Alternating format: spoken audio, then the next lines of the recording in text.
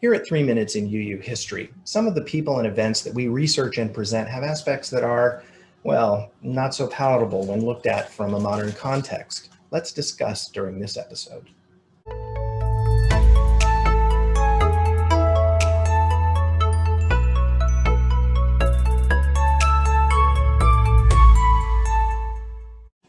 History is a complicated thing, and so is building a YouTube channel. Please subscribe to the channel, press the alert button, and like this video.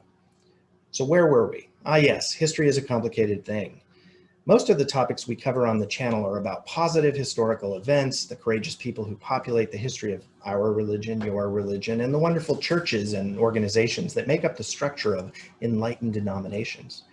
But on occasion, there are hidden pieces of history, or not so hidden in some cases, that force us to face truths that may be distasteful and challenge us to understand that heroes often have flaws. Let's consider the case of Thomas Jefferson, wrote the Declaration of Independence, diplomat, third president of the United States, held in high esteem by UUs because of his supposed love of the concept of Unitarianism. Typical quote you might hear about him: he would have been a Unitarian if there'd been a church near him. Reality check. Thomas Jefferson owned slaves. He owned other human beings because he needed money to do all the things he did as a Renaissance man, philosophizing, inventing, writing, and he impregnated his slave Sally Hemings when she was 15 years old, had multiple children with her, and never freed her. Icon of the ideals that give us hope that America can meet its promises, and slave owner until the day he died. There are plenty of other examples of this. We have the beauty of humanism, which developed in lockstep with the eugenics movement.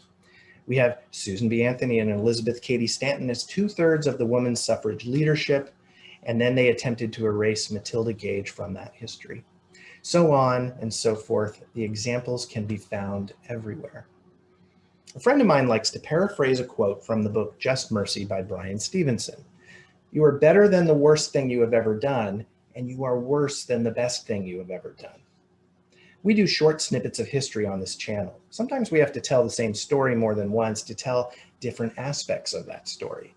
Whether the story is about a good event or a bad event, a good person or a bad person, we have to remember that human beings are more than just a singular defining moment or event in their lives.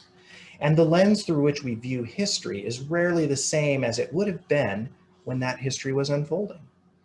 So as you listen to the histories in which we delve on this channel, or that you hear or read about elsewhere, always apply a critical lens. Do further research if something piques your interest.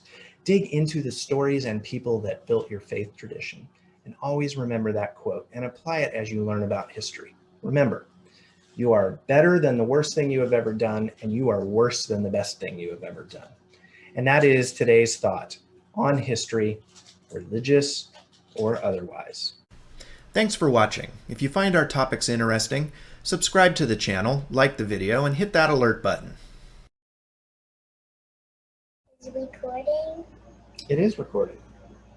Hi, this is my kitten Lily. I have another kitten named Jack.